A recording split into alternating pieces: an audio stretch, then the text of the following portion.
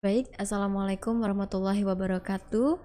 Eh, Waalaikumsalam. kita buka lagi untuk sosialisasi dan bimbingan teknis program Pasca Sarjana masa registrasi 2023.1.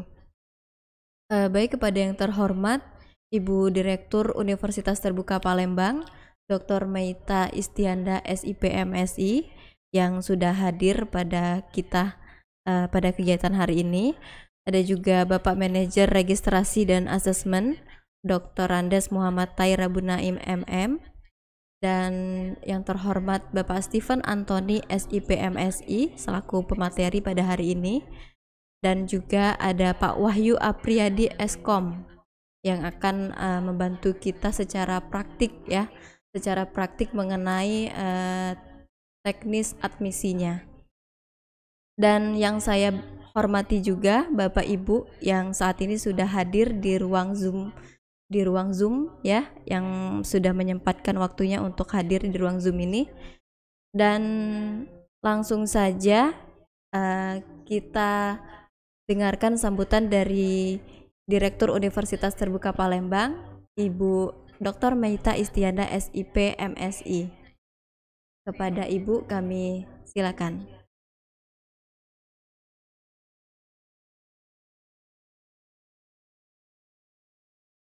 Ya, Terdengar jelas, jelas Bu. Bu.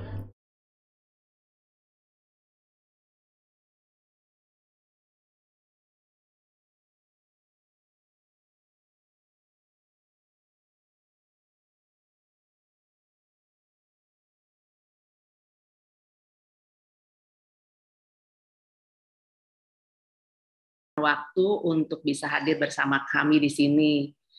Tidak lupa juga yang saya hormati tentu teman-teman di UT Palembang yang sudah menginisiasi acara ini, terutama kepada penanggung jawab program Pasca Sarjana yaitu Bapak Stephen Anthony. Terima kasih Pak Stephen karena Ya, Bu. ini adalah agenda yang sangat bagus sekali dan mungkin juga sebetulnya dinanti-nantikan oleh para pengurus Pokjar maupun masyarakat yang pengen tahu apa sih program Pasca Sarjana di UT, bagaimana cara registrasinya, program studinya apa, kemudian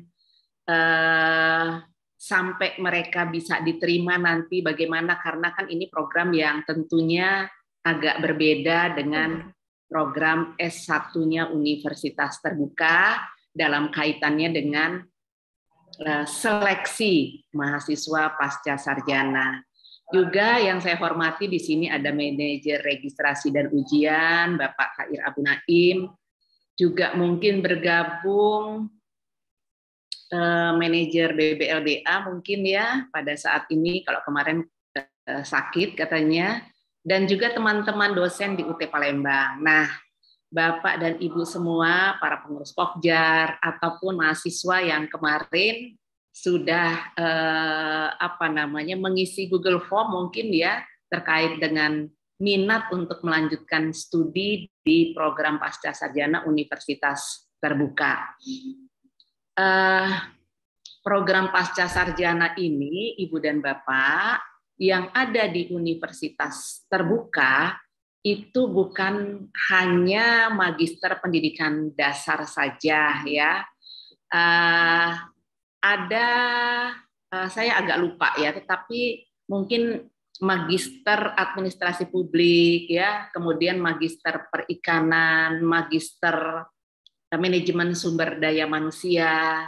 Saya rasa nanti mungkin bisa lebih dijelaskan lagi oleh Pak Stephen ya sebagai penanggung jawab. Nah, untuk bisa Bapak dan Ibu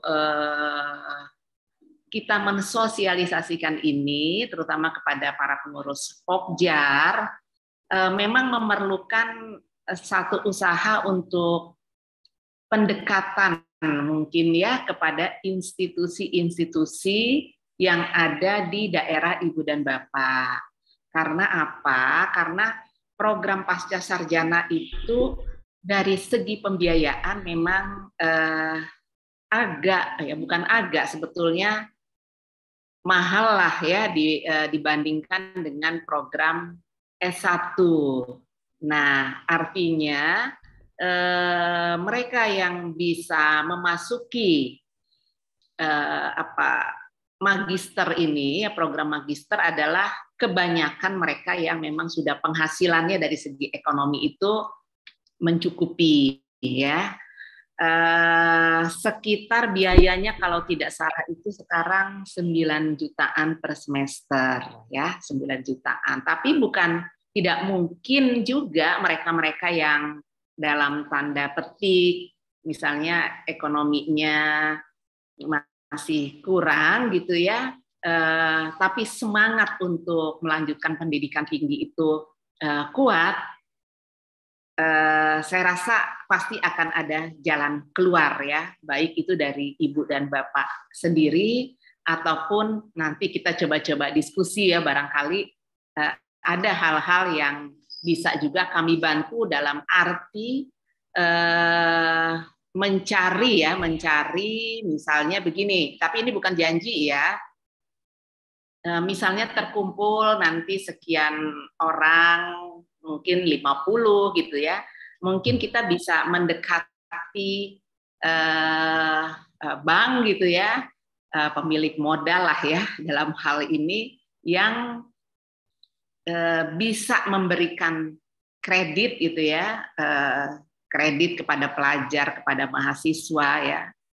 Student loan kalau di di luar negeri itu dengan dengan bunga yang sangat ringan. Syukur-syukur misalnya kami nanti bisa bekerja sama, misalnya ya, itu tidak ada bunga sehingga peningkatan SDM di daerah itu juga bisa menopang kemajuan dari daerah itu sendiri, karena kan meningkatnya kompetensi SDM itu tentu ada kaitannya juga dengan peningkatan kinerja ya, diharapkan kinerja dari daerah itu.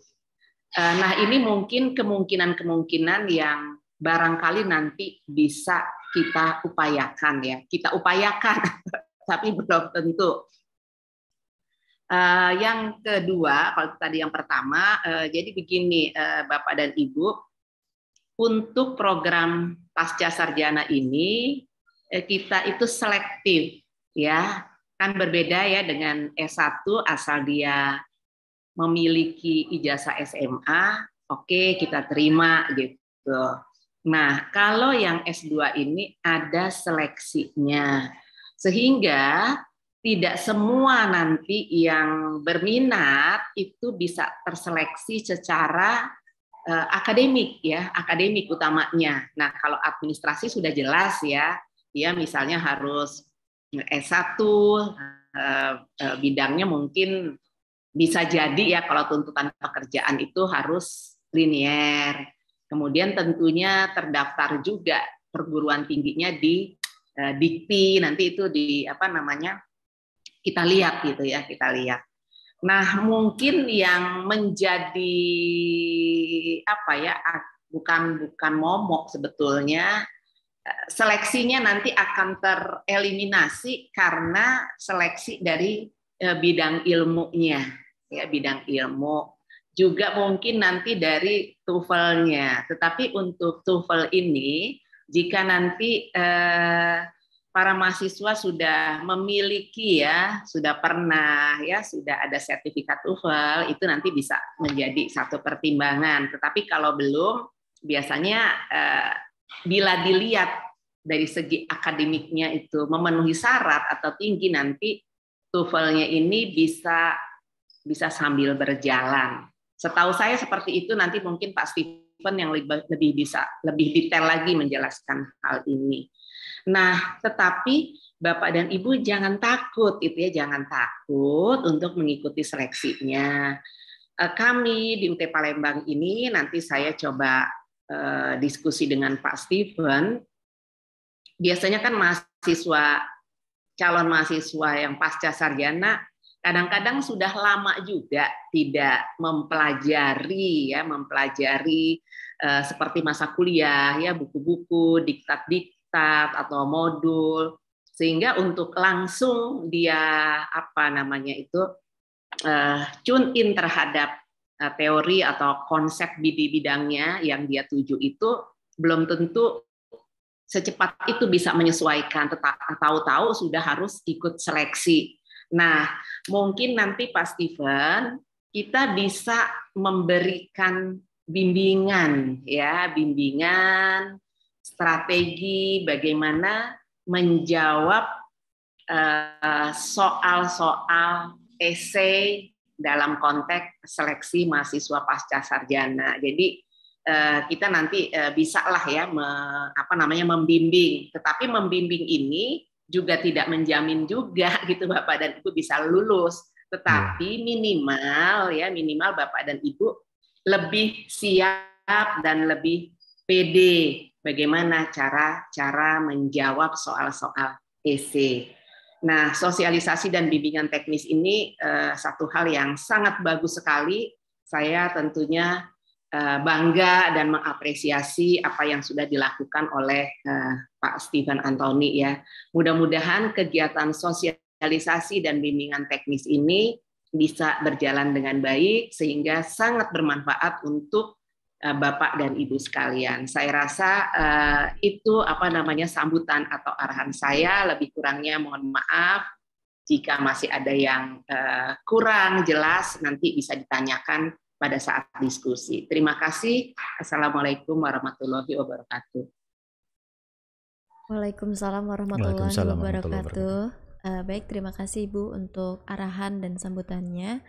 Dan selanjutnya materi yang akan disampaikan oleh Bapak Steven Antony SIP MSI mengenai program pasca sarjana. Kepada Pak Steven kami silakan. Baik.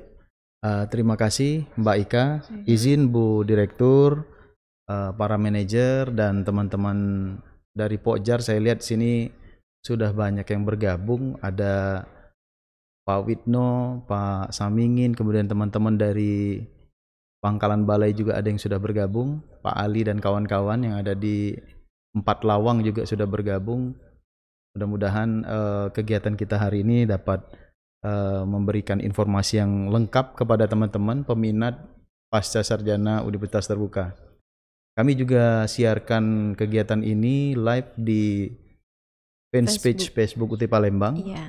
Alhamdulillah sudah banyak yang melihat dan mudah-mudahan nanti juga ini bisa menjawab pertanyaan yang masuk ke dalam media sosial kita ya tentang PPS, karena saat ini masih sedang berlangsung ya Ika ya penerimaannya. Iya, Pak. Betul. Sampai tanggal 24 Oktober nanti ya pemberkasannya.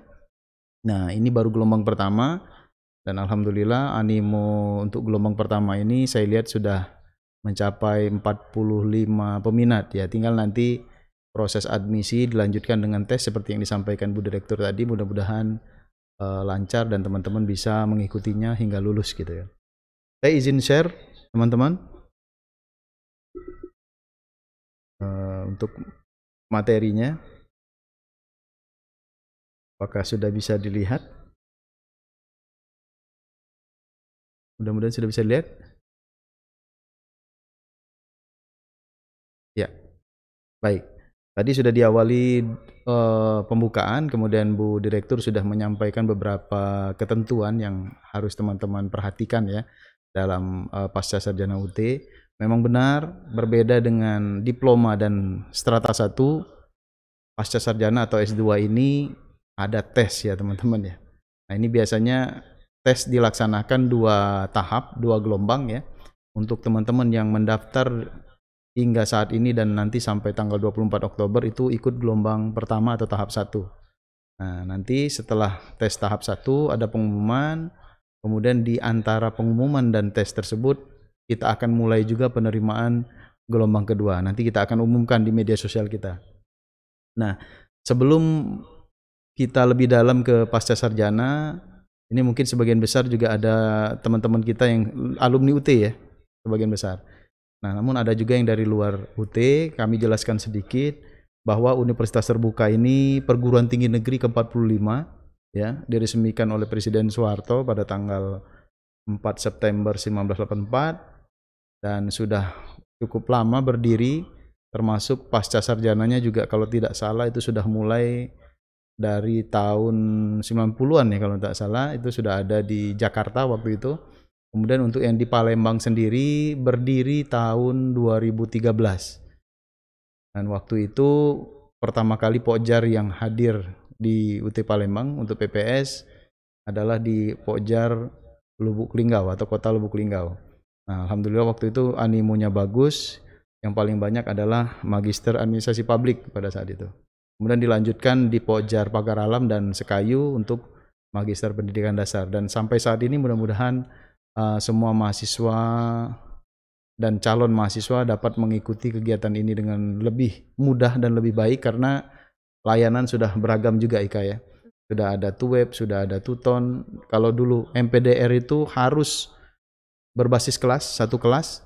Kalau tidak ada kelas maka tidak bisa dilanjutkan. Sekarang kalaupun nanti misalnya tes jumlah yang lulus hanya 10 orang di satu Kapko, itu bisa ikut layanan Tuweb pengganti tutorial tatap mukanya. Itu sudah kita konfirmasi kemarin ke teman-teman yang ada di Pasca Sarjana Pusat yang sudah lulus namun kurang kuota kelas, itu bisa mengikuti nanti di layanan Tuweb. Jadi ada satu teman kita yang saat ini mungkin sudah bergabung ya Bu ya, dari Kota Palembang. Dia tidak punya teman, katanya di Palembang ini hanya 2 orang mungkin yang daftar. Nah itu bisa melanjutkan dengan layanan Tuweb tadi, sehingga untuk tatap mukanya diganti Tuweb, tutorial online-nya nanti tetap bisa dilanjutkan dengan e-learning. Nah, UT ini adalah PTTJJ ya teman-teman.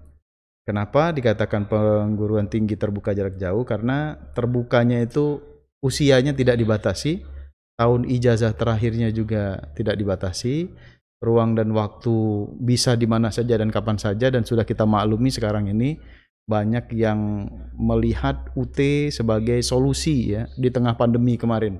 Meskipun kita sudah lama berdiri, akhirnya di saat pandemi itu baru terlihat bahwa skema PTTJJ ini adalah yang tepat untuk kondisi yang saat ini terjadi. Kemudian geografi juga tidak ada batasan. Nah, kenapa dikatakan jarak jauh? Karena ada media yang kita gunakan, termasuk bahan ajar, kemudian layanan-layanan pembelajaran itu juga menjadi media, sehingga teman-teman walaupun belajar jauh dari sumber seperti dosen gitu ya atau tutor, teman-teman bisa melakukannya dengan baik. Karena sekarang juga ada tambahan lagi UT Radio dan UT TV, yang mana saya lihat kontennya sudah sangat lengkap sekali untuk teman-teman PPS dan doktor untuk mendapatkan materi pengayaan. Visi dan misi saya rasa sudah jelas. Ini tidak perlu dijelaskan lebih lanjut lagi, karena intinya adalah universitas terbuka ini walaupun satu-satunya di Indonesia saat ini, ternyata kerannya juga sudah dibuka ya Bu Direktur ya. Jadi sudah dibuka untuk seluruh universitas yang memiliki fasilitas dan memenuhi syarat untuk melaksanakan pendidikan jarak jauh. Nah, jangkauan layanannya kita tidak hanya ada di Palembang, teman-teman.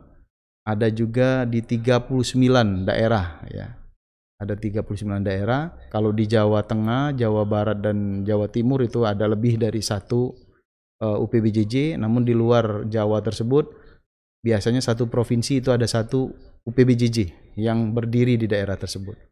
Kemudian ada lagi satu tambahan untuk teman-teman kita yang ada di luar negeri, namanya layanan luar negeri ya.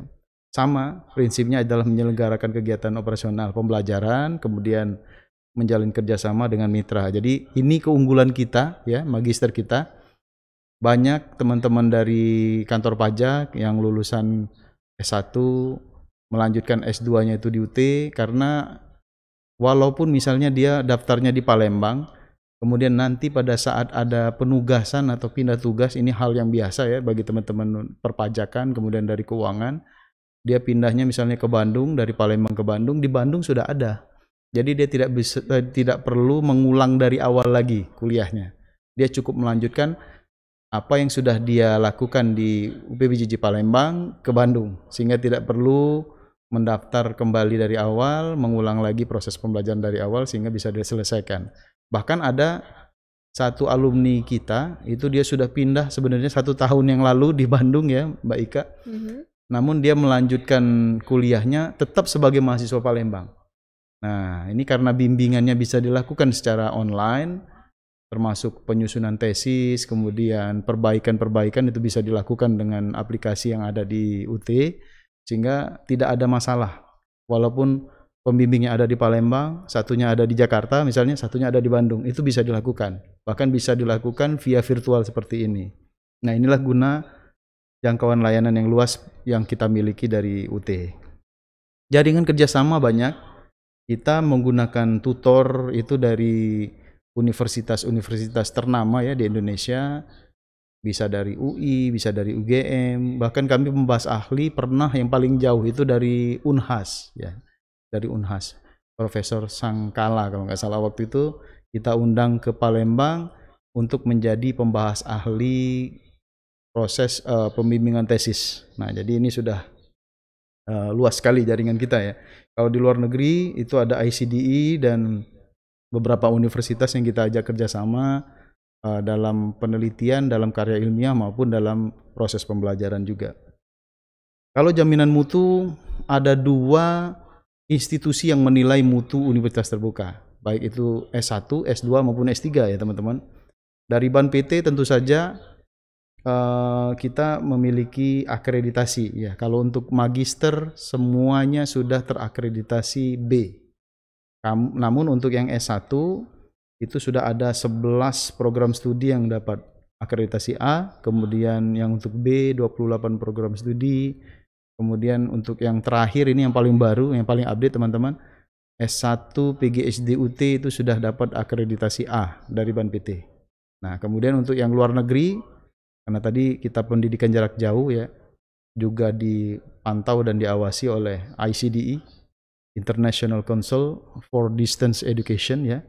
Ada quality certificate yang sudah kita kantungi dari sejak tahun 2005, kemudian 2010, 2016, kemudian yang baru kemarin itu, dan salah satu poin asesmennya itu di UPBJJ Palembang kemarin di tahun 2020, dan kita masih mendapatkan predikat excellent kalau tidak salah. Itu sudah ada sudah dikeluarkan sertifikatnya.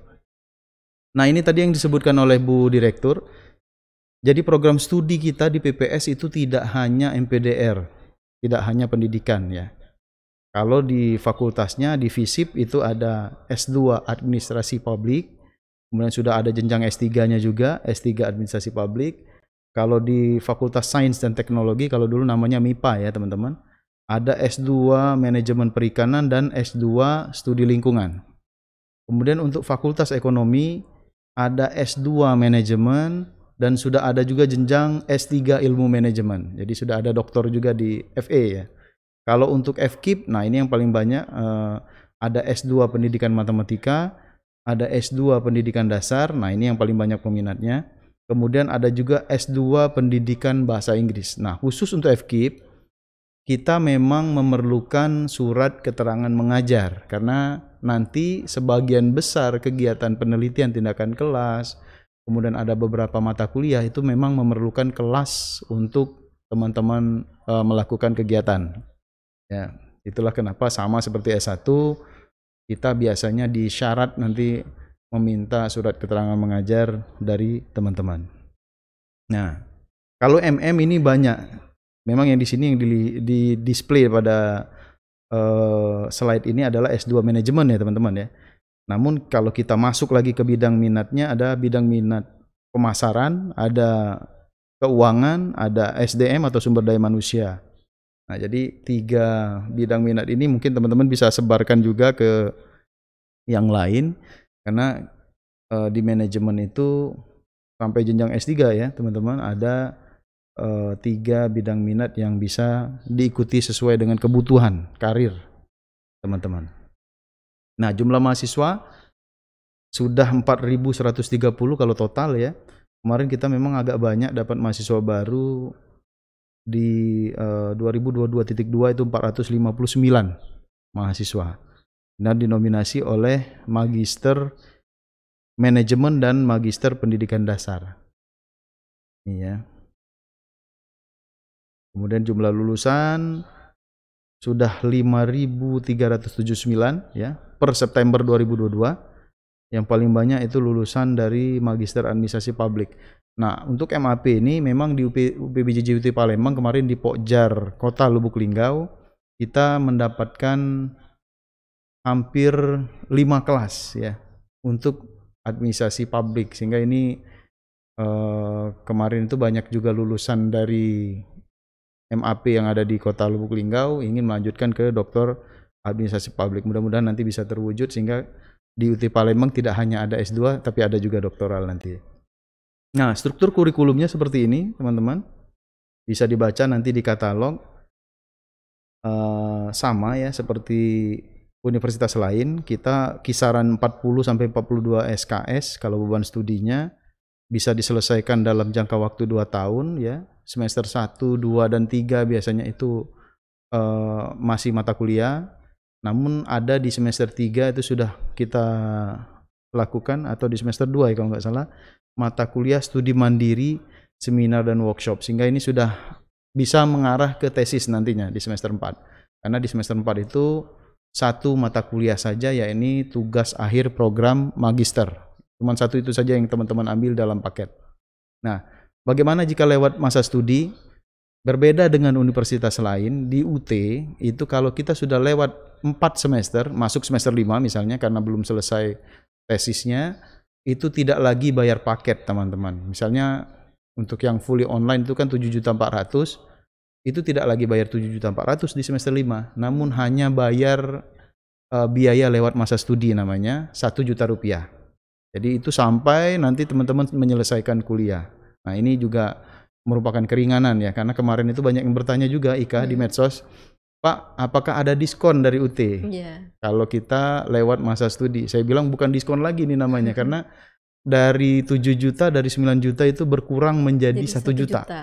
Itu biaya lewat masa studi yang teman-teman bisa bayarkan. Karena saya juga pernah menyelesaikan magister kemarin itu di salah satu universitas, tetap membayar paket sampai kita selesai.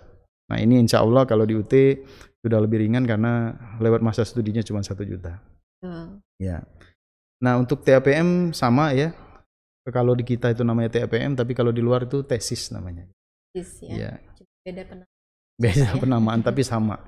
Sama-sama harus dikerjakan ya. Bukan berarti nanti berbeda nanti prosedurnya. Kemudian untuk kelompok mata kuliah, ini program doktor ya. Kalau tadi S2 itu 42, paling banyak kisarannya. Kalau di doktor sama sebenarnya, hampir mirip ya, 45. Namun doktoral ini ada berbagai tahapan yang harus dilewati oleh teman-teman ya. Jadi tidak hanya seperti TAPM, proposal di semester 2 dan lain-lain, kemudian lanjut hasil proposal, hasil dan komprehensif. Tapi kalau di doktor ini ada berbagai penelitian, kemudian publikasi ilmiah, seminar hasil, dan ujian sidang. Kalau tidak salah ada beberapa tahap ujian sidang. Ini untuk dokter. Kita sekilas saja kalau dokter. Nah, persyaratan admisi ini agak panjang memang, mohon maaf. Khusus untuk MM dan MAP itu bisa sarjana berbagai bidang ilmu. Jadi kalau teman-teman lulusan selain MAP dan MM, kalau tertarik ingin masuk ke prodi MM atau MAP itu boleh ya. Boleh, karena ini bisa diikuti oleh latar pendidikan yang berbeda. Misalnya dia tadinya SPD, Pak saya mau coba-coba masuk MM Pak, boleh ya, karena itu nanti mungkin ada matrikulasi beberapa mata kuliah gitu ya nanti. Kemudian untuk MPBI ya, atau pendidikan bahasa Inggris, ini memang kita spesifikkan guru, dosen, widyaswara, pengajar khusus bahasa Inggris ya. Ada SK dari Dinas P&K atau SK yayasan kalau dia sekolah swasta. Ada institusi penyelenggara pendidikan, misalnya dia kursus, misalnya kursus bahasa Inggris dan lain-lain, itu boleh ya. Kemudian ada juga praktisi yang bisa menjadi mahasiswa MPBI. Kalau MPMT atau matematika, pendidikan matematika, ini guru namun bukan guru SD ya teman-teman ya. Bisa widyaswara, bisa dosen, pengajar kursus matematika, levelnya SMP dan SMA. Nah, ada juga pertanyaan kemarin itu bagaimana dengan MPDR, Pak? MPDR sesuai dengan judulnya pendidikan dasar. Kalau kita ke dinas itu ya, saat ini kan memang Dikdas itu ada SMP-nya. Namun setelah kita ngobrol lagi dengan teman-teman di UT Pusat, MPDR ini sarjana pendidikan dasar, boleh juga dari ilmu pendidikan lainnya ya, tergantung nanti kebutuhan di BKD ya, kepegawaiannya bagaimana nanti. Sarjana non kependidikan dengan akta mengajar boleh masuk ya. Namun di sini sudah lebih spesifik teman-teman. Kemarin dapat informasi terbaru, guru SD atau tenaga pendidikan pada tingkat SD dibuktikan dengan SK dari Dinas Pedanka atau SK yayasan. Jadi kalau dulu boleh dari guru SMP, sekarang harus guru SD teman-teman. Ya, jadi ini informasi terbaru yang kami dapatkan kemarin pada saat menyusun slide ini.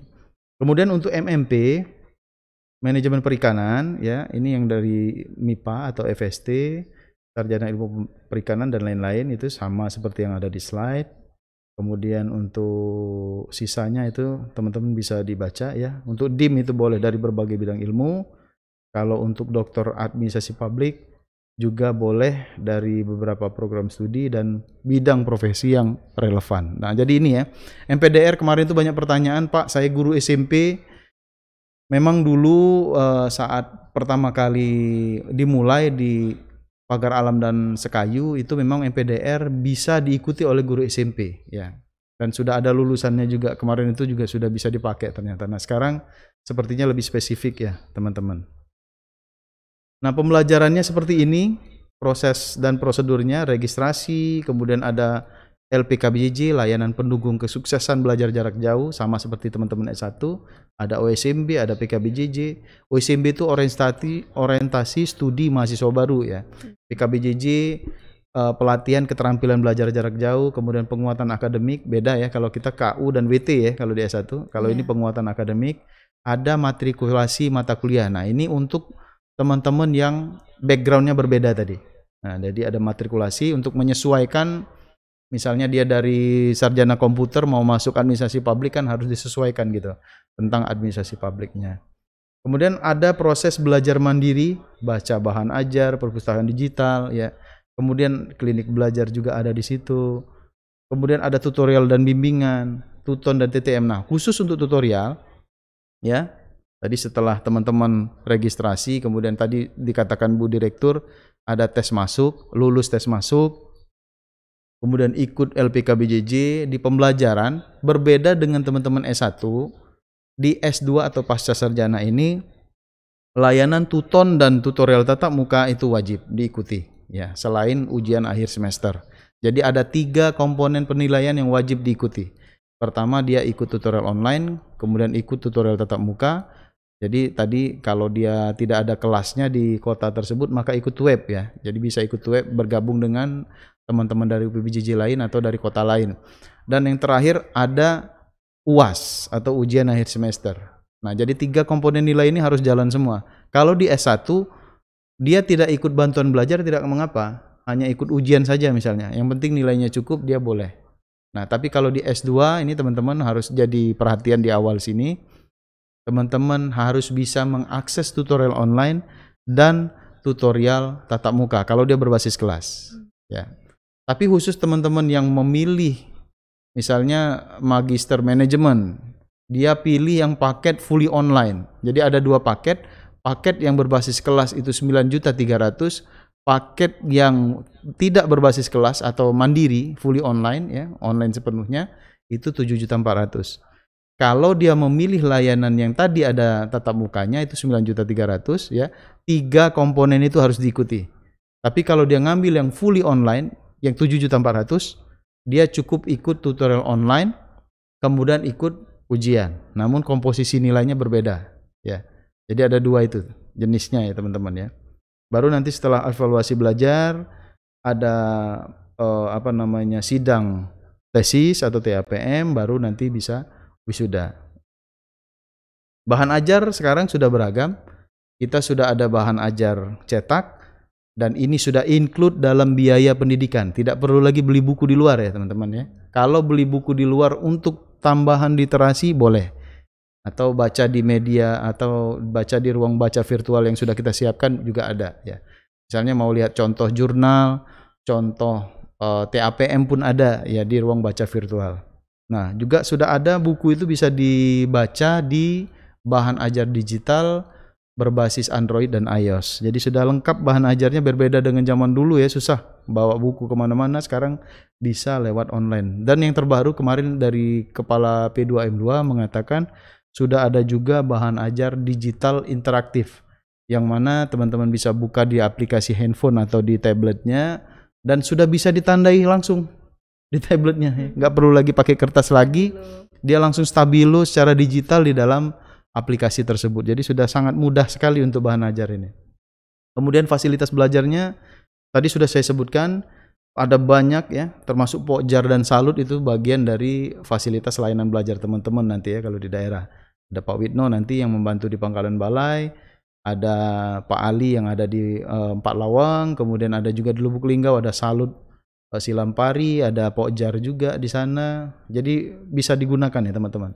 Kemudian ada perpustakaan digital dan yang paling baru saat ini sudah banyak materinya ada di UT Radio dan UT TV. Jadi ini sudah beragam ya. Bisa dikunjungi oleh teman-teman untuk sebagai sumber belajar.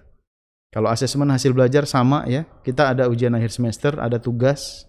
Ini bisa dipelajari lagi nanti, terutama yang dari S1-nya UT itu sudah tahu, ada ujian tertulis ya.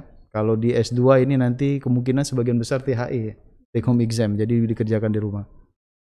Nah, alumninya ini ya sudah banyak alumni kita dari pesohor-pesohor yang ada di Indonesia ini ya. Kalau teman-teman lihat di sini, yang paling baru kemarin itu Bayu Oktara ya, dia sudah melanjutkan S2-nya juga di manajemen dan sudah lulus juga.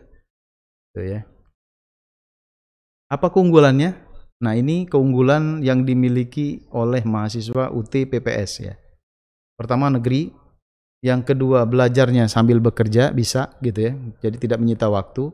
Teman-teman guru mengajar dari Senin sampai Jumat, ada yang sampai Sabtu, itu bisa mengikuti tutorial.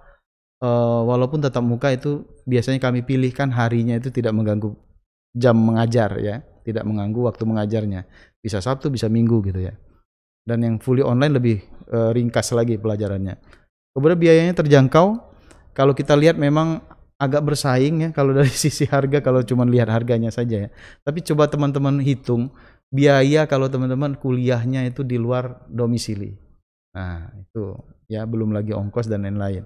Dan sudah masuk di dalamnya itu biaya buku materi pokok, sehingga tidak beli lagi buku untuk menambah literasi gitu ya. Ada juga teman-teman tidak perlu lagi beli diktat, beli macam-macam ya, tulisan-tulisan yang menunjang pembelajaran karena sudah lengkap di situ semua. Ada sistem pembelajaran terbuka dan jarak jauh, kemudian 7 program S2, 2 program S3. Ini keunggulan PPSUT.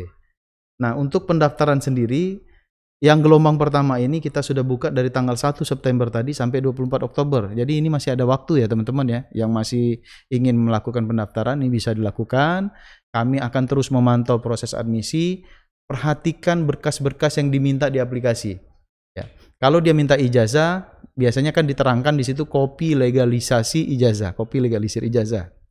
Maka cantumkanlah salina atau kopi legalisir ijazah. Jadi diikuti saja berkasnya dengan lengkap. Insya Allah kalau berkasnya sudah diikuti dengan lengkap, nanti bisa memproses pemilihan jadwal tes admisi masuknya. Jadi ini ya teman-teman, pendaftarannya bisa di admisi stripsia.uthid.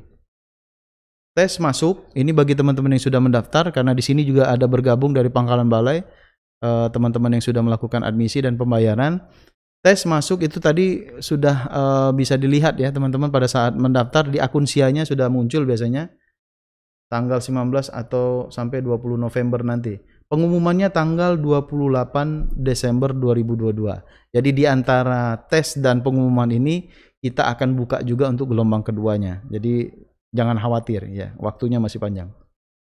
Nah, berkas persyaratan ini ada ijazah transkrip ya. Untuk MM atau MPDR, MAP ya, IPK-nya untuk S1 minimal 2,5. Ya, untuk yang lain itu ada yang IPK-nya minimal 2,0 ya. Untuk yang S3, IPK S2-nya adalah 3,0. Surat penyetaraan ijazah luar negeri kalau teman-teman itu lulusan dari luar negeri. Ini perlu ya, dicentang semua di S2 dan S3. Sertifikat program studi pada saat lulus juga harus disertakan ya. Untuk untuk S3 khusus ini akreditasi S2-nya minimal B atau baik sekali. Tapi kalau S1 C kalau nggak salah bisa masih masuk. Kartu tanda penduduk atau KTP, ya jelas, karena sekarang kita sinkronisasi nanti pada saat kelulusan memeriksa nomor induk kependudukan di Dapodiknya nanti. Daftar riwayat hidup atau pengalaman kerja sudah ada formatnya, nanti teman-teman bisa download di sia.uthid.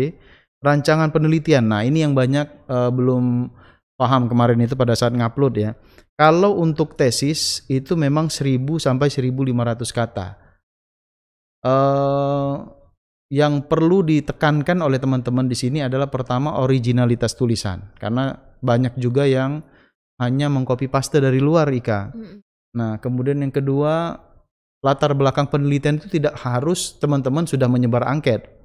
Bisa saja dari studi literatur gitu ya. Boleh, misalnya sudah ada jurnalnya sebelumnya, teman-teman pelajari dari data jurnal tersebut boleh, atau dari observasi langsung di lapangan, misalnya kita mau membuat tulisan tentang kinerja kepemimpinan misal gitu ya, pengaruh pengaruh kehadiran pegawai terhadap misalnya kinerja kepemimpinan, boleh misalnya seperti itu. Observasi langsung boleh, jadikan data gitu ya, ditambah dengan jurnal-jurnal terdahulu. Jadi tidak langsung jadi tesis nanti ini hanya semacam rancangan saja teman-teman ya, rancangan penelitian. Pak, kalau nanti saat tesis berubah dari rancangan sebelumnya bagaimana? Boleh. Jadi misalnya nanti setelah di perjalanan, susah kayaknya nih menyelesaikan tesisnya karena datanya harus diambil dari mana-mana nanti kan. Boleh itu nanti diganti menjadi penelitian yang baru sama sekali, nggak apa-apa. Jadi ini rancangan untuk melihat saja apakah yang bersangkutan sudah siap nanti pada saat proses untuk kegiatan pembelajarannya. Kemudian yang terakhir, surat izin ikut PPS dari atasan langsung kalau memang nanti teman-teman mau penyetaraan. Ini kadang-kadang di ujung ya teman-teman, ada yang terjebak, dia tidak mengurus izin belajar ya, atau izin mengikuti PPS dari atasan langsung, pada saat penyetaraan nggak diterima. Nah ini yang seperti ini nih harus dikoordinasikan juga. Kecuali memang sudahlah Pak, saya tidak perlu izin karena ini untuk menambah ilmu atau menambah kualifikasi saya. Itu diserahkan ke mahasiswa masing-masing. Biaya pendidikan, nah ini yang banyak ditanyakan. Biaya admisi masuk ya, hanya admisi masuk saja ya teman-teman ya. Di kita tidak ada uang pembangunan, tidak ada. Uang bangunan nggak ada ya. Atau uang sumbangan apa misalnya gitu ya, nggak ada. Kita cuma ada biaya admisi 750.000 per peserta untuk program S2. Kalau untuk program S3 itu 1 juta per peserta. Biaya admisi ini nanti setelah dibayar, teman-teman baru bisa memilih kapan mau melaksanakan kegiatan tes masuknya.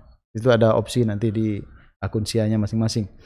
Dan ada juga program matrikulasi tadi yang saya sebutkan. Kalau kita berbeda sama sekali mata kuliahnya, latar belakangnya, itu ikut matrikulasi ya, 100.000 per mata kuliah. Nanti di admisinya ada ya.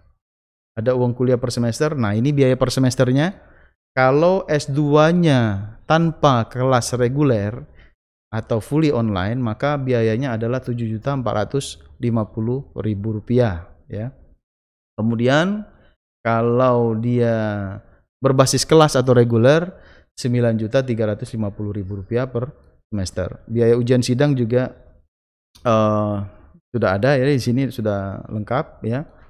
Kemudian registrasi ulang, ini yang tadi saya sebutkan, ada biaya itu lewat masa studi juga 1 juta. Nah kalau kita mengulang mata kuliah, itu hitungannya bukan per SKS tapi per mata kuliah ya. Jadi misalnya ada di semester 1 mata kuliah yang dapat E, itu harus diulang, itu 1 juta per mata kuliah ya. Di Universitas Terbuka program magister nilai C itu maksimal 2 ya, tidak boleh lebih dari 2 nilai C, apalagi nilai E. Kalau nilai E harus diulang gitu. Ya, jadi kalau nilai C itu maksimal 2 mata kuliah saja agar bisa ikut ujian sidang. Tes masuk tadi sudah disebutkan Bu Direktur, ada potensi akademik, ada bahasa Inggris, ada tes substansi lewat PLTI ya. Lewat PLTI ya. Nah, bagaimana kalau kami sudah punya Pak TOEFL? Nah, kalau sudah punya TOEFL nanti di admisi itu silakan diupload. Namun syaratnya TOEFL-nya masih berlaku ya teman-teman. Karena TOEFL itu kan ada masa berlaku 2 tahun kalau nggak salah. Ada bahkan yang kurang dari 2 tahun. Nah, kalau dia masih berlaku silakan diupload sehingga nanti tes bahasa Inggrisnya tidak perlu lagi diikuti. Ya. Kemudian untuk program doktor itu ada 4, ada wawancara di terakhir. Itu saja yang membedakan tes masuknya. Ini tes substansi, ya. Saya rasa nanti ini akan kita share saja di materi ini agar teman-teman bisa baca langsung. Ini juga untuk yang MPDR. Jadi jangan kalah sebelum berperang ya. Ini kalau lihat tesnya ini sebenarnya ini pekerjaan Bapak Ibu sehari-hari ya sebagai guru. Misalnya pendidikan dasar atau basic education. Itu kan ada pengembangan kurikulum ya, banyak ininya ya. Ada pengembangan peserta didik, kemudian bimbingan dan konseling, dan ini pekerjaan sehari-hari kita sebenarnya ya. Tinggal kita menjawabnya dalam bentuk narasi dengan lebih baik saja nanti. Kemudian ada peningkatan mutu pembelajaran, macam-macam ya. Kalau teman-teman yang dari kelautan ada ekologi dan statistika, ini sesuai dengan bidang studinya. Jadi substansi bidang ilmu yang dites nanti itu sesuai dengan prodi yang kita minati. Ya, misalnya administrasi publik ya tentang administrasi, tentang kebijakan publik gitu ya. Jadi tidak akan jauh substansi yang diujikan dari program studi yang kita pilih. Doktor sama ya. Ini struktur dan kurikulumnya untuk MAP 42 SKS sampai akhir ya. Ini urutannya di semester 1 ada 4 mata kuliah, semester 2 ada 3 mata kuliah ya. Dan semester 3, nah ini yang saya sebutkan tadi, di semester 3 ada studi mandiri. Jadi sudah mulai menyusun proposal tesis ya. Sehingga nanti di semester 4 TAPM atau tugas akhir program magisternya sudah jadi calon tesisnya gitu ya. Nanti ada ujian sidang, ada ujian proposal, ada ujian hasil, ada ujian sidang. Jadi 3 tahap. Manajemen sama ya komposisinya. Kemudian ini untuk yang pemasaran, ini yang untuk SDM, ya kisaran dari 40 sampai 42 SKS ya. Nah ini untuk yang pendidikan dasar teman-teman. Ya sama, seminar dan workshop proposal penelitian itu dimulai di semester 3 nanti. Ya. Namun metode penelitian pendidikan itu sudah ada di semester 1, 4 SKS. Nah jadi ini yang teman-teman harus perhatikan nanti ya. Kita bisa mulai nanti. Nah, untuk matematika sama ya. Bahasa Inggris juga begitu. 42 SKS. Manajemen perikanan lebih sedikit 40 karena dia banyak statistik di dalamnya ya. Ada juga studi lapangan dan ada praktek lapangan ya. Ini contoh kemarin itu ada mahasiswa kita yang dari Kementerian Kelautan dan Perikanan memeriksa DNA ikan. Nah, jadi dia harus kerjasama dengan kantornya dalam proses studi lapangan ini. Ini juga untuk yang MSL atau Magister Studi Lingkungan. Tadi di segi biaya juga berbeda karena dia ada praktek permodelan lingkungan, tata ruang dan lingkungan ya, dan ini harus di studionya langsung gitu ya. Jadi ini makanya agak lebih mahal dibandingkan prodi yang lain karena ada praktek di studio PWKL-nya nanti. Doktor seperti ini 45 SKS ya. Jadi tantangannya tuh nanti justru di semester 3, 4, 5 dan 6 ya, karena di situ yang agak memakan dan menyita waktu dalam mengerjakannya. Ini juga sama. Nah, saya rasa itu teman-teman informasi yang bisa saya sampaikan dalam proses sekilas tentang UT. Ini bukan sekilas lagi karena sudah sangat lengkap ya kita sampaikan. Nanti materi ini juga akan kita share di kolom chat dan juga akan kita share di grup-grup WA yang sudah kita buat teman-teman. Terima kasih. Wassalamualaikum warahmatullahi wabarakatuh. Saya kembalikan lagi ke MC kita. Waalaikumsalam warahmatullahi wabarakatuh ya. Memang bukan sekilas lagi ya Pak Stephen ya. Udah detailnya ya sudah dijelaskan. Harus detail ya. Betul. Semoga ini sangat bermanfaat gitu ya. Tapi kalau misalkan materinya tadi sudah disampaikan kayaknya kurang lengkap ya Pak Stephen ya, tanpa praktik langsung gitu ya. Yang pasti bimbingan teknis admisinya langsung disampaikan oleh Bapak Wahyu Apriyadi Eskom. Kepada Bapak Wahyu disilakan. Baik, terima kasih sebelumnya. Iya, Pak Wahyu sudah stay? Siap. Baik, Oke. Silakan Pak sudah. Wahyu. Suaranya bagus ya. Bagus Pak Wahyu. Ya, jelas suaranya. Terima kasih atas kesempatannya. Mohon izin Bu Direktur, para manajer, dan Pak Stephen sebagai penanggung jawab Pasca Sarjana. Saya sedikit saja nanti akan melakukan simulasi bagaimana dalam proses pendaftaran mahasiswa baru di pasnya untuk program Pasca Sarjana ya.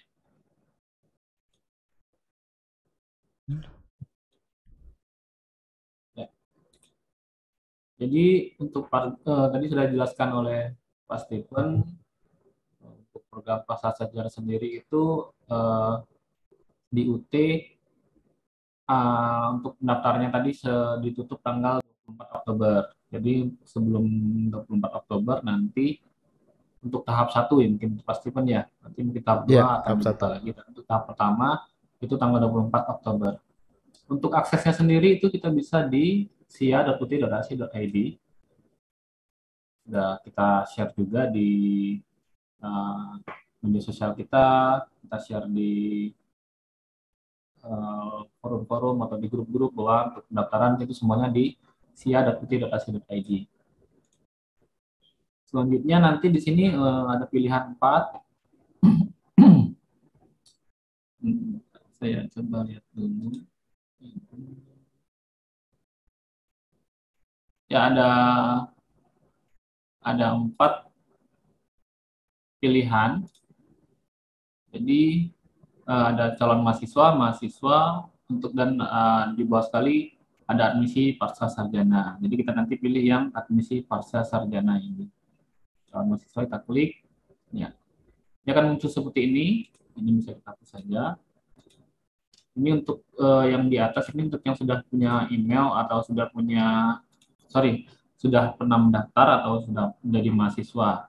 Sedangkan untuk pengguna baru atau calon mahasiswa itu kita pilih yang ada di bagian bawah sini, pengguna baru.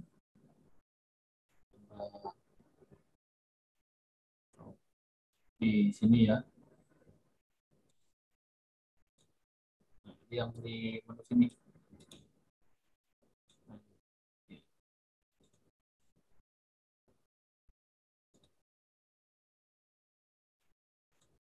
Nah, selanjutnya kalau sudah masuk pengguna ini akan diarahkan ke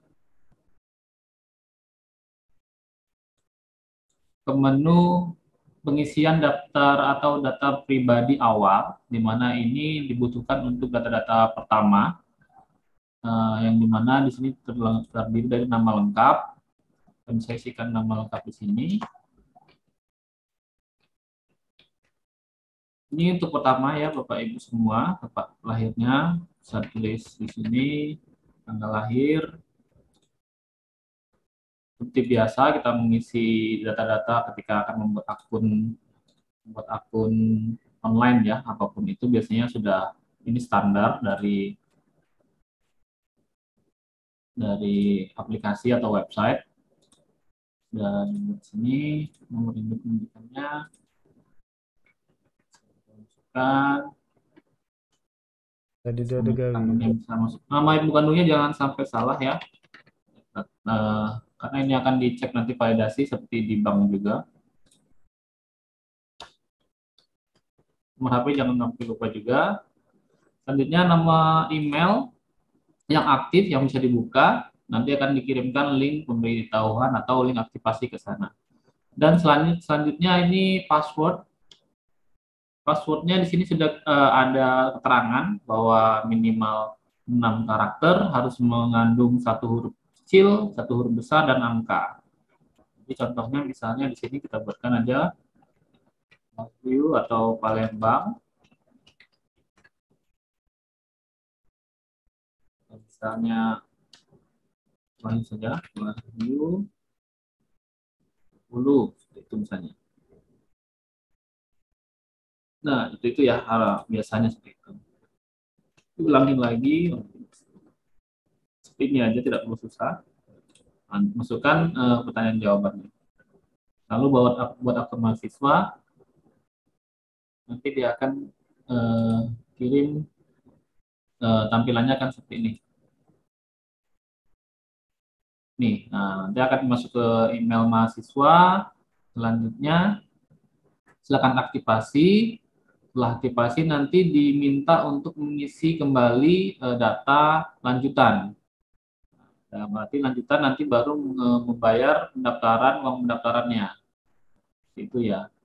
Jadi nanti setelah dikirimkan eh, dikirimkan email aktivasi, lalu dilanjutkan mengisi data pribadi, selanjutnya akan muncul seperti ini. Ya, jadi selamat datang di Universitas Terbuka, lalu isi data-data pribadi. Setelah itu baru bayar admisi. Admisinya kalau nggak salah kemarin 750.000 Pak Stephen ya, untuk pembayaran pendaftarannya. Jadi setelah bayar admisi, mengisi data pribadi, nama lengkap, segala macam, ini selanjutnya bahwa nomor ini bisa diisi semua, nama yang bukan sudah diisi, lalu informasi kontak, tempat alamat lengkapnya ya, kalau misalnya dibutuhkan, karena untuk biasanya untuk pengiriman bahan ajar. Ya, untuk Nomor HP, jangan lupa jangan sampai salah. Selanjutnya juga nanti akan dilihat diminta program jenjang sebelumnya atau masukkan awal program studinya.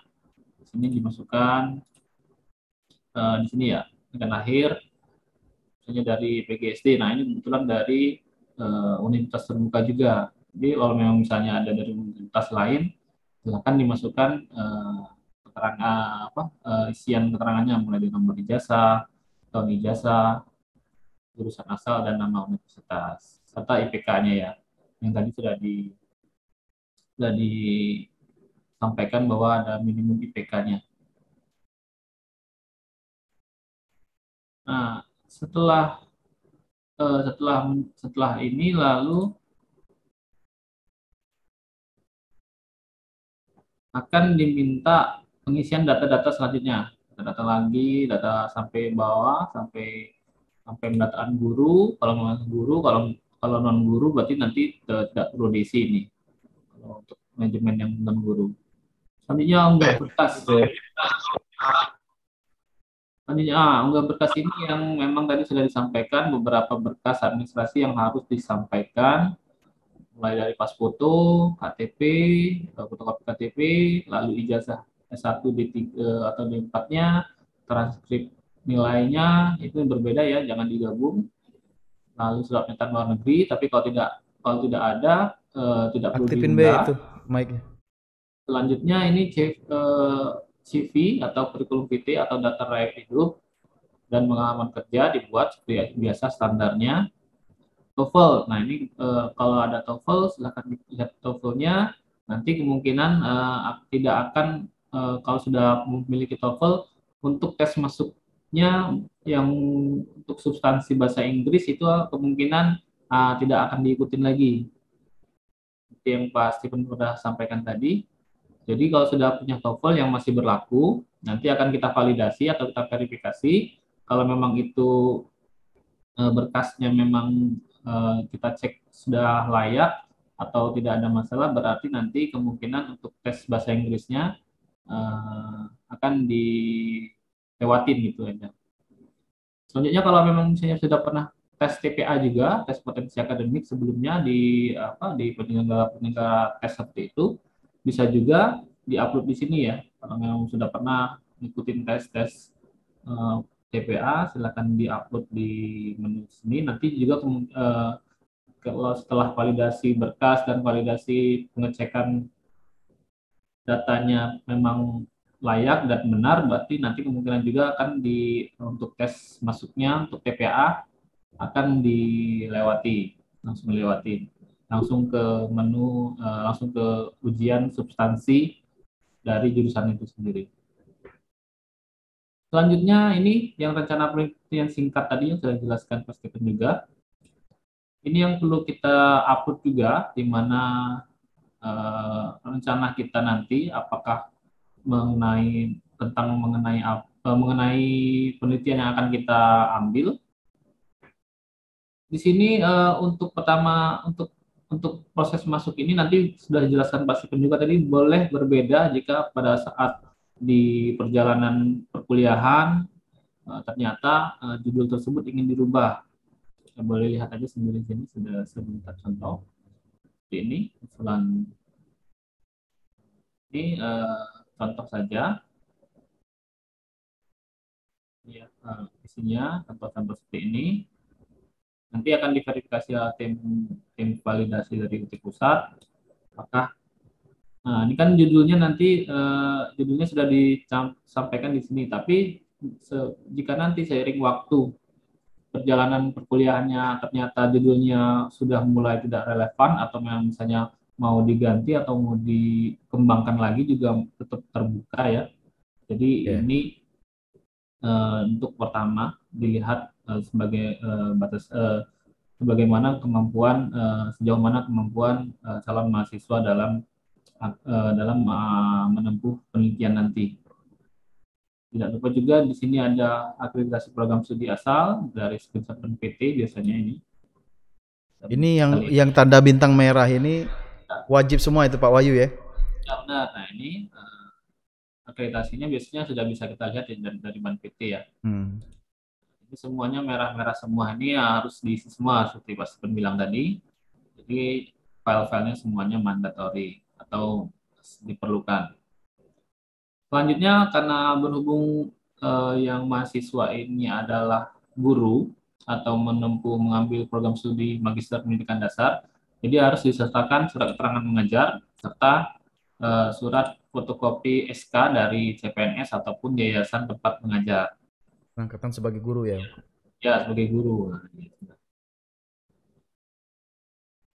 Atau dalam hal ini jika memang ada guru atau misalnya kepala sekolah yang ingin mengambil program studi Magister Pendidikan Dasar, jadi surat keterangan mengajarnya itu ditandatangani oleh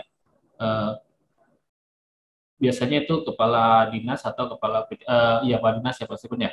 Ya, betul. Atau kepala sekolah pun boleh kalau untuk ya, SK mengajar ya.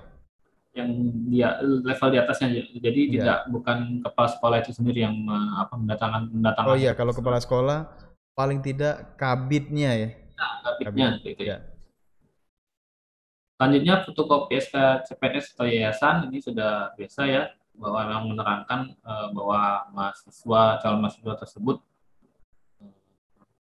benar-benar memang bekerja atau ada di yayasan atau di sekolah tersebut. Selanjutnya tinggal menunggu proses validasi dari UT, nanti akan lanjut ke tahap selanjutnya di bagian 4 ini, hasil tes masuk. Apakah nanti lulus atau tidak. Kalau sudah lulus nanti akan registrasi mata kuliah.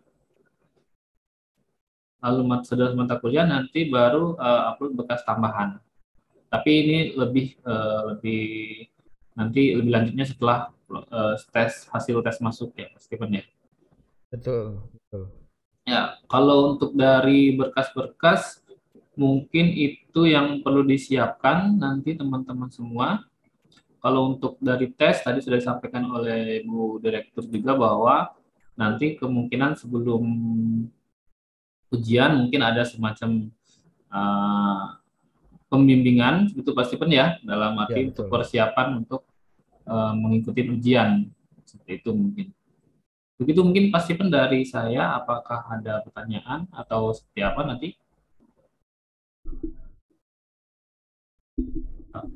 Silakan, baikkan. Atau buka sesi pertanyaan atau saya cukupkan dulu, nanti kita jawab sesuai dengan sesinya.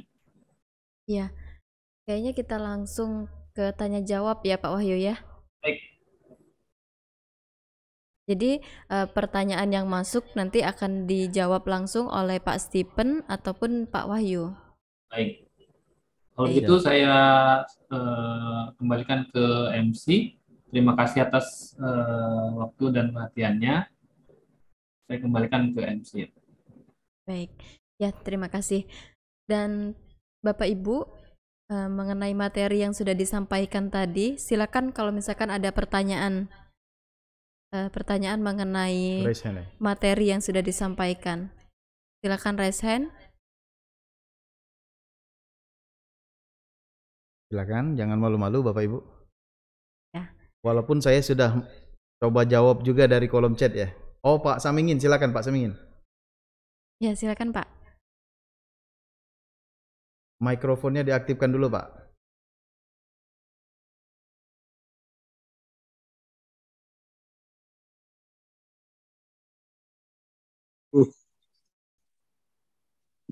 Assalamualaikum warahmatullahi wabarakatuh. Waalaikumsalam warahmatullahi wabarakatuh.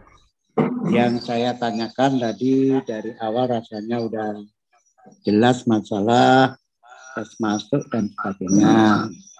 Yang saya tanyakan simpel ini, kalau udah daftar, udah bayar admisi, kemudian tes, ini apa pasti lulus? Nah kalau nggak lulus, apa bayar lagi? Nah itu yang saya tanyakan. Terima kasih. Baik. Kita tampung dulu mungkin Pak. Tampung dulu Pak Stephen ya. 3 penanya dulu ya. Baik, pertanyaan selanjutnya oleh Pak Andika Apriansyah. Silakan Pak Andika.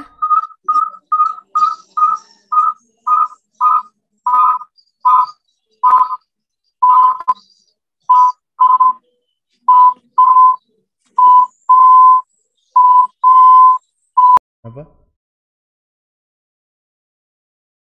Ya, silakan. Iya. Silakan Pak Andika. Penanya selanjutnya. Ya, unmute dulu, Pak. Ya, sebentar. Itu sudah. Assalamualaikum warahmatullahi wabarakatuh. Waalaikumsalam. Izin bertanya, Ibu atau Bapak, bahwasanya tentang masalah magister pendidikan dasar ini, kan saya tinggal di Kota Palembang yang belum ada MD, belum ada pendidikan dasarnya.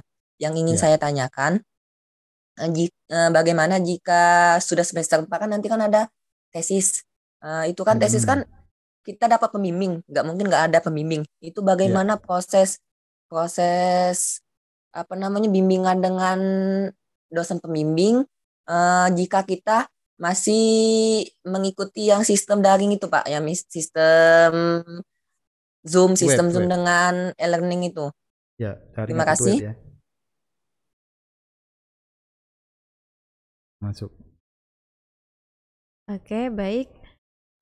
Satu pertanyaan lagi ya. Ya, untuk termin pertama. Oke, termin pertama dengan Pokjar 4 Lawang.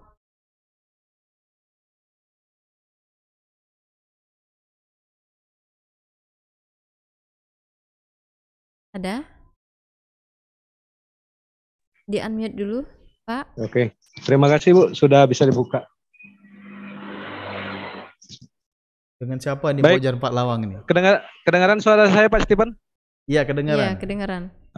Baik, Assalamualaikum warahmatullahi wabarakatuh. Waalaikumsalam warahmatullahi wabarakatuh. Perkenalkan Pak Stephen, kami Pokjar baru yang di tebing tinggi Pak. Alhamdulillah untuk saat ini kami sudah berjalan, sudah dapat 1 kelas dan sudah berjalan tutorial online Pak. Terima kasih atas bantuannya. Dengan Bapak siapa ini Pak? Ya, gimana? Dengan Bapak siapa ini Pak? Dengan Bapak Iskandar Pak. Oh Iskandar, ya Pak Iskandar, ya Pak Iskandar. Silakan Pak.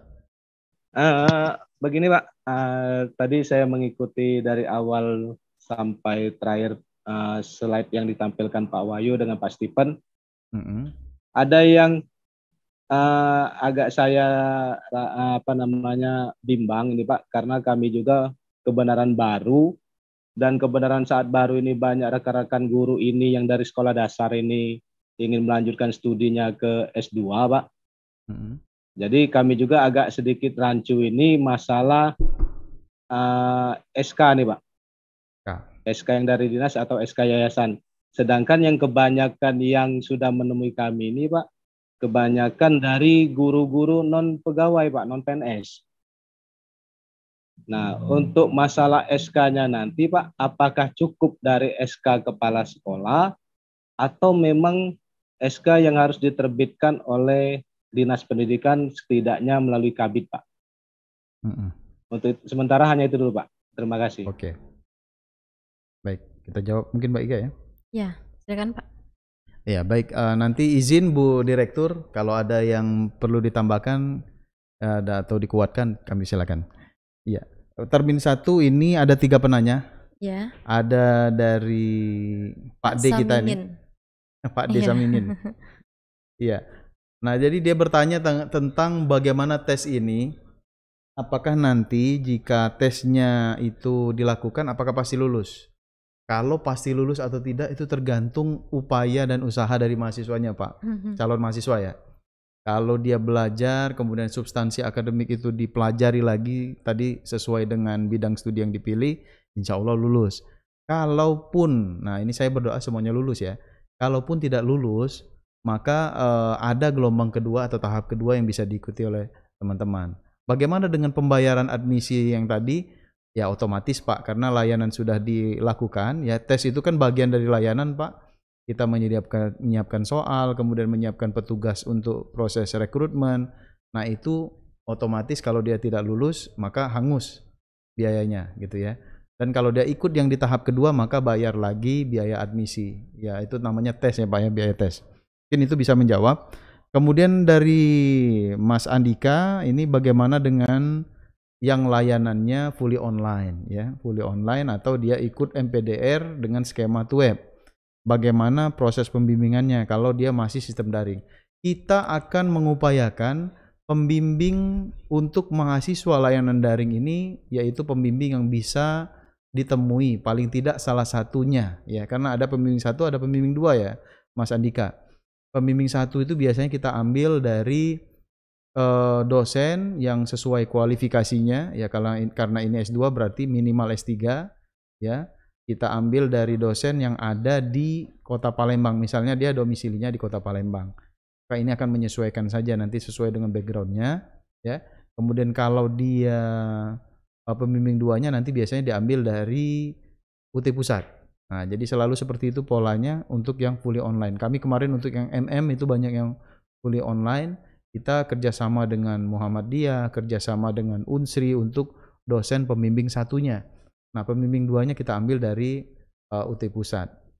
Bu Direktur kita juga pembimbing ya teman-teman, karena Bu Direktur kan dokter bidang ilmu politik. Biasanya teman-teman yang administrasi publik itu pembimbing 1-nya bisa dengan Bu Direktur, sehingga lebih dekat ya. Kalau dia di Palembang tuh bisa dijangkau lah, bisa ditemui secara tatap muka gitu ya. Dan kalaupun tidak, nanti tidak bisa ketemu, misalnya teman-teman itu mobile, bisa bergerak kemana-mana, bimbingan itu bisa kita sediakan dalam bentuk layanan seperti ini. Ya. Kita siapkan nanti kelas Zoom, teman-teman bisa melakukan bimbingan, tinggal koordinasi saja dengan pembimbingnya, kapan mau melakukan proses bimbingan langsung gitu ya. Kan enak lewat Zoom ini kan kita bisa share screen gitu, misalnya kita bisa langsung share tulisan kita, mana yang harus diperbaiki, mana yang harus ditambahkan misalnya gitu ya. Dan teman-teman untuk bimbingan di tesis atau TAPM-nya di UT, biasanya kita menggunakan soft copy juga, tidak langsung hard copy ya. Nah, untuk soft copy itu kan dengan menggunakan Microsoft Word, menggunakan fitur track change. Nanti pada proses pembelajaran, baik itu metode penelitian atau studi mandiri, itu akan diajarkan bagaimana cara menggunakan fitur track change. Mungkin teman-teman di sini juga sudah pada tahu ya. Karena track change itu bisa melihat perubahan yang dilakukan pada tulisan di Microsoft Word tersebut sudah sampai sejauh mana. Biasanya kita menggunakan fitur tersebut. Ya. Untuk penanya terakhir, kedua Pak. Yang kedua ya? Iya. Penanya terakhir ini ada Pak Iskandar. Iya, yang Andika tadi. Oh, Andika tadi ada lagi? Iya, yang sudah. Penanya kedua itu proses bimbingan jika masih. Oh iya, tadi bimbingan tadi bisa dilakukan secara langsung ya. Kita pasti akan memilihkan pembimbing itu yang dekat dengan domisili mahasiswa. Jadi jangan khawatir, kita tidak akan pilihkan misalnya dia domisili Palembang, pembimbingnya dari Hasanuddin Makassar, terlalu jauh ya. Biasanya kita ambil yang dari sekitar sini, karena di Palembang ini alhamdulillah sudah banyak juga dokter dengan berbagai background ya, dosen dengan kualifikasi dokter, berbagai background bidang studi. Jadi sudah bisa kita pilihkan nanti. Insya Allah tidak mengganggu ya prosesnya. Dan juga kita siapkan tadi, saya ulangi lagi, ada layanan seperti ini yang akan kita siapkan untuk mahasiswa untuk memudahkan. Nah, kemudian yang pertanyaan ketiga untuk termin P1 yang terakhir, Pak Iskandar, terima kasih Pak upayanya. Dulu memang di tebing tinggi itu ada mahasiswa kita, namun karena sudah habis ya, ini sudah mulai dihidupkan lagi, alhamdulillah. Mudah-mudahan nanti untuk yang PPS juga ada ya, Pak Iskandar di sana. Dan untuk mahasiswa yang tadi dia bukan dari PNS, jadi kita tidak ada ketentuan harus PNS Pak. Non PNS pun boleh ya. Untuk yang FKIP ini khusus memang harus ada surat keterangan mengajar. Tadi sudah dijelaskan Pak Wahyu, surat keterangan mengajarnya boleh dari kepala sekolah atau atasan langsungnya. Kalau surat pengangkatan dia sebagai guru itu boleh dari, kalau dia yayasan, dari SK yayasannya boleh. Kalau dia dari dinas pendidikan boleh juga diangkat oleh dinas pendidikan atau selevel tadi kabid boleh gitu ya. Nah, kalau dia kepala sekolah bagaimana Pak?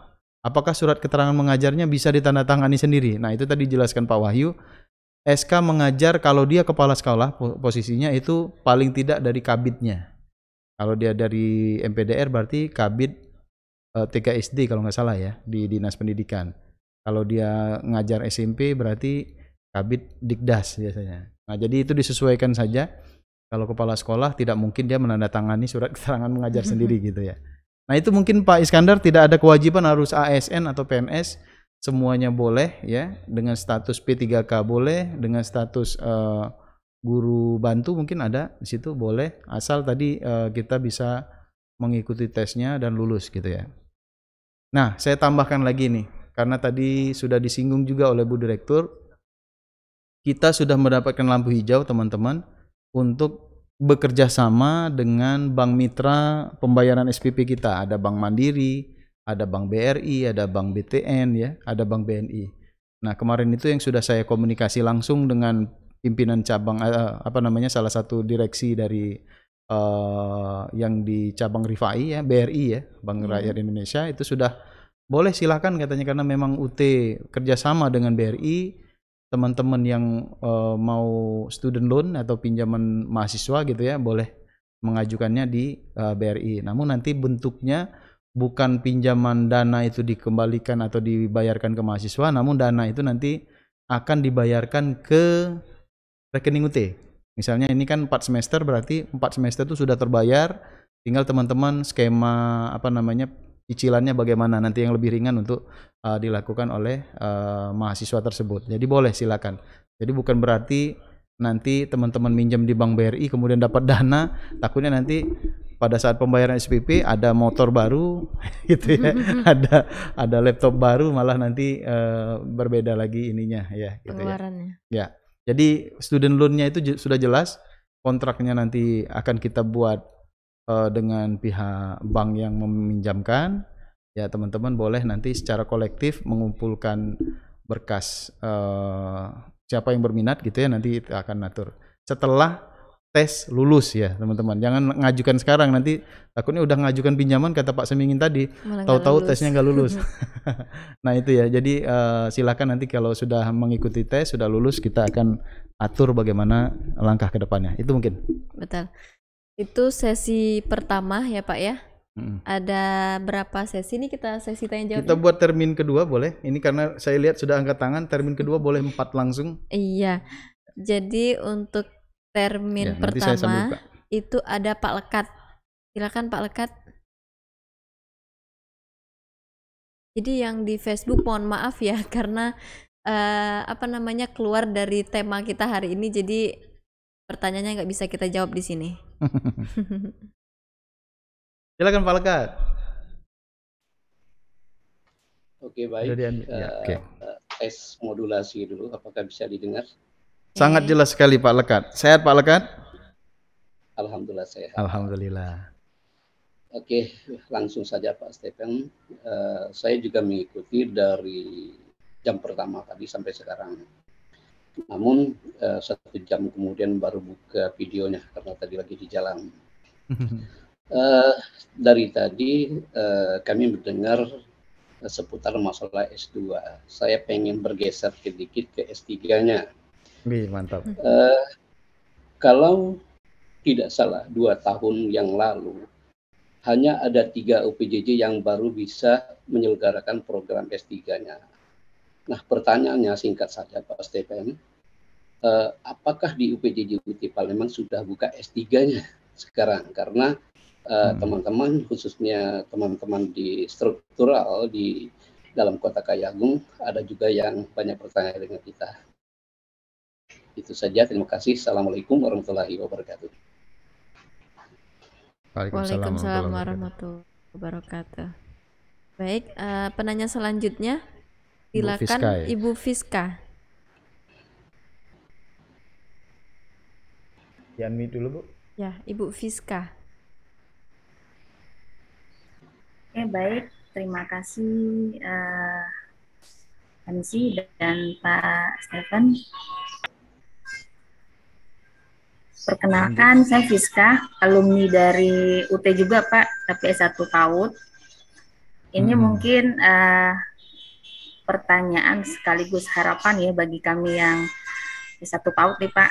Karena dari paparan yang saya dengar dari pagi tadi itu belum ada S2-nya untuk PAUD. Nah, sedangkan teman-teman yang sudah alumni ini besar harapannya ada program S2 PAUD nih di UT. Karena kalau dilihat, dihitung-hitung ya di Sumsel ini paling banyak mahasiswa S1 PAUD-nya dari UT. Jadi yang mau saya tanyakan yang pertama, apakah ada program S2 PAUD-nya dan kapan? Kemudian walau nanti jika ada, apakah bisa RPL seperti universitas-universitas yang sudah bekerja sama dengan kementerian, RPL ini yang bisa kayak kami di PAUD itu kan ada namanya diklat berjenjang ya Pak ya, ada diklat berjenjang tingkat dasar, lanjut dan mahir. Apakah itu bisa diinkludkan nih dalam kuliah S1 PAUD dan S2 PAUD-nya? Karena di beberapa perguruan tinggi itu sudah ada program RPL seperti itu. Nah, mungkin itu harapan kami Pak, karena paling kalau teman-teman kami di Sumsel ini paling banyak S1-nya dari universitas terbuka. Terima kasih Pak Stephen. Assalamualaikum warahmatullahi wabarakatuh. Waalaikumsalam warahmatullahi wabarakatuh. Baik, kita tampung ya pertanyaannya. Selanjutnya dari Ibu Ira Meilina. Silakan Ibu Ira.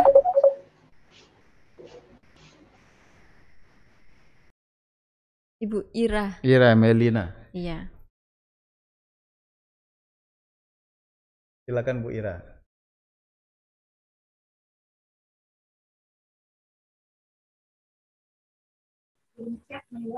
Halo. Halo Bu Ira, apa kabar? Baik Pak. Ya. Sampai jumpa kembali Pak Stephen. Iya. Gimana Bu? Ya, gini Pak, kemarin kan saya sudah selesai semua registrasi, tapi ternyata terakhir masih terkendala di perancangan penelitiannya. Yang ingin saya tanyakan, pada awalnya tidak ada koreksi, setelah di akhir ijazah dan transkrip saya beres malah ada koreksi. Kira-kira kapan itu akan disetujui ya Pak? Terus pertanyaan kedua Pak, mohon infonya, kalau yang mengoreksi maksudnya itu tuh dari pihak Palembang, UT Palembang saja atau memang dari pusatnya seperti itu? Oke. Nah, mungkin itu aja Pak sementara. Terima kasih. Harap cemas ini Pak. Oke Bu. Terima kasih ya Pak.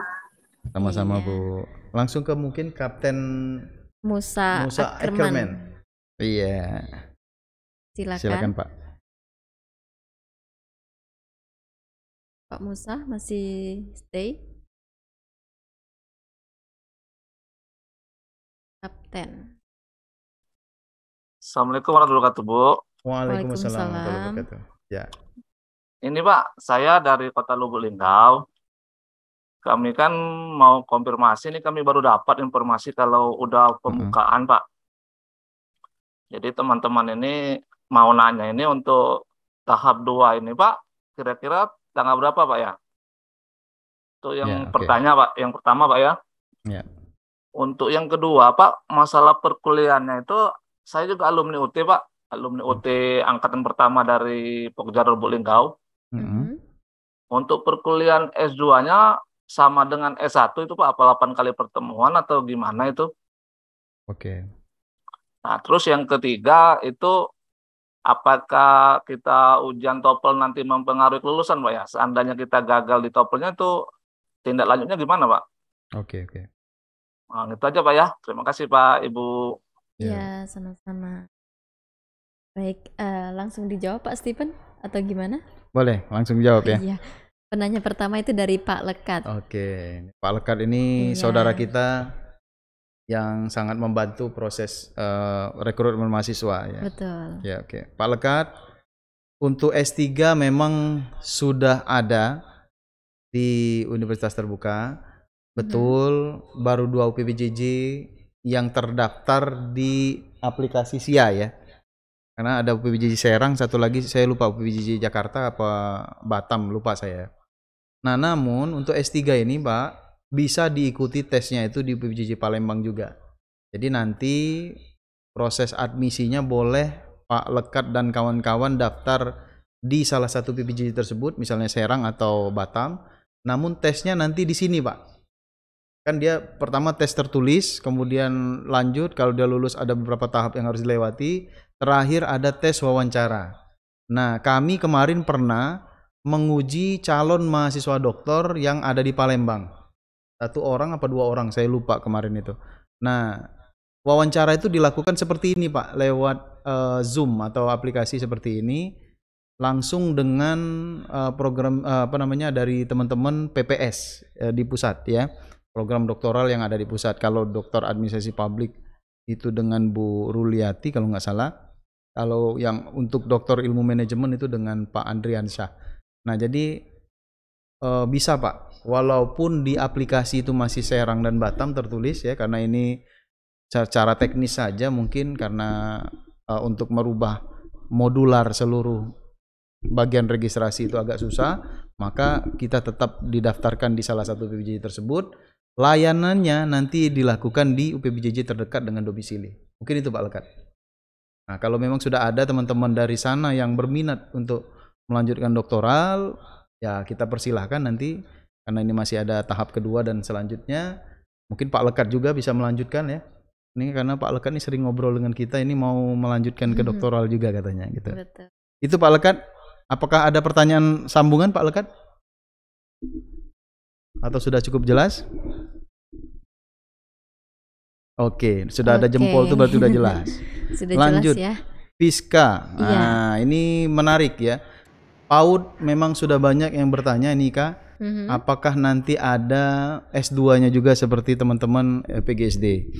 Memang sedang disusun ya Bu Fiska, karena ada beberapa hal mungkin karena kita ketahui S1 PG PAUD dan S1 PGSD itu berbeda. S1 PG PAUD lebih banyak praktikum ya. Kalau nggak salah ada 19 mata kuliah praktikum di S1 PG PAUD. Jadi untuk S2 pun sama ya, agak banyak yang harus dipersiapkan, berbeda dengan MPDR. Namun ini sedang dalam proses, sama seperti teman-teman tadi yang menanyakan magister hukum apakah sudah dibuka juga. Itu juga sedang diproses karena tidak semua prodi bisa langsung kita buat ya. Itulah UT.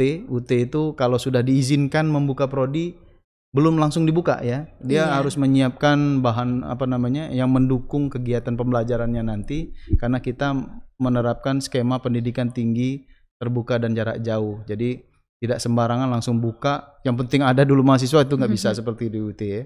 Ada bahkan waktu itu salah satu prodi yang sudah siap, bahan ajar sudah siap, namun pada saat mau diluncurkan ada kendala tentang perizinan dan ini menyentuh ke berbagai sektor gitu ya, sehingga harus ditunda. Nah, jadi ini mudah-mudahan dalam waktu dekat Bu Fiska dan teman-teman PG PAUD yang alumninya cukup banyak di Sumsel ya, mudah-mudahan nanti ke depan sudah ada prodi S2 PAUD, dan ini masukan bagi kami akan sampaikan ke teman-teman di UT Pusat gitu.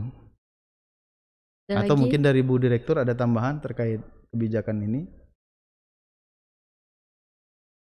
Kita lanjut ke penanya ketiga. Ada ini Pak, pertanyaan yang Fiska tadi mengenai apakah bisa RPL. Oh iya, RPL ya. Jadi kalau pun dibuka, nah ini RPL teman-teman, di pasca sarjana dan doktoral belum ada. Ya, seluruh prodi. Jadi kita kalau sudah pernah menempuh S2 di salah satu universitas ya, karena satu dan lain hal pada saat proses tesis kita berhenti, itu belum bisa kita lakukan proses alih kredit ya untuk pasca sarjana. Karena kurikulumnya itu agak unik ya, teman-teman. Berbeda dengan S1 dan diploma yang sudah bisa disesuaikan.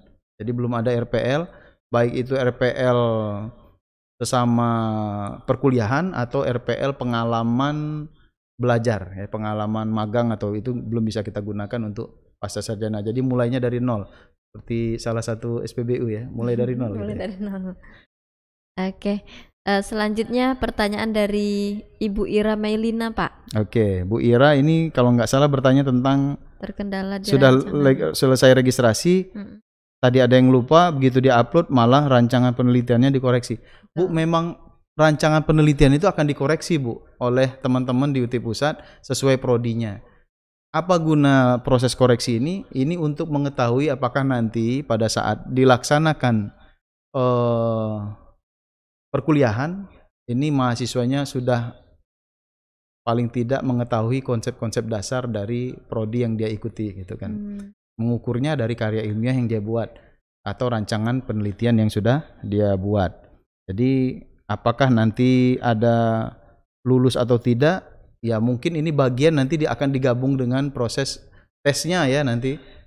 Jadi kalau memang tesnya bagus, kemudian yang untuk rancangan penelitian ini belum begitu baik, mungkin ada pertimbangan dari UT Pusat nanti bisa diluluskan gitu. Ini satu rangkaian, Bu. Siapa yang mengkoreksi? Yang mengoreksi adalah teman-teman kita di UT Pusat sesuai dengan program studi masing-masing. Jadi itu ya, Bu Ira. Oke. Ada pertanyaan yang keempat ya, dari Pak Musa. Ya. Pak Musa, konfirmasi sudah pembukaan.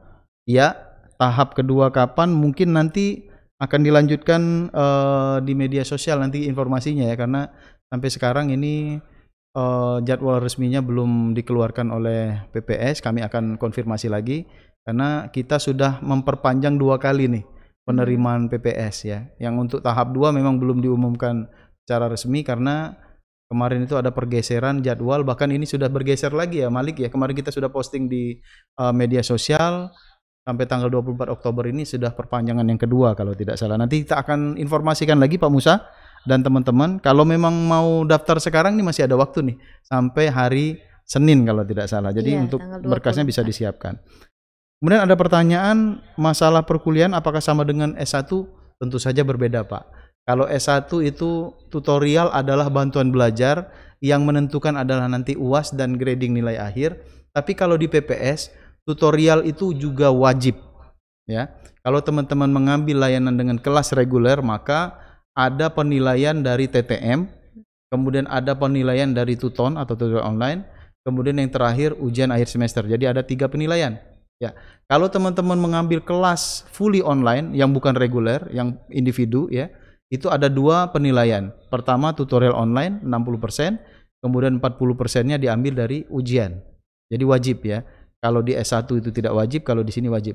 Berapa kali pertemuannya? Kalau dia kelas reguler itu untuk Tuton ada 8 kali pertemuan, kemudian untuk yang tatap mukanya atau TUEP itu 4 kali saja. Jadi total berapa tuh jadi? 12 ya, 12. Kemudian ujian akhir semester sama dengan S1 ya, sudah ada jadwalnya. Kalau tidak salah untuk semester ini PPS masih dengan skema take home exam karena dia uraian ya.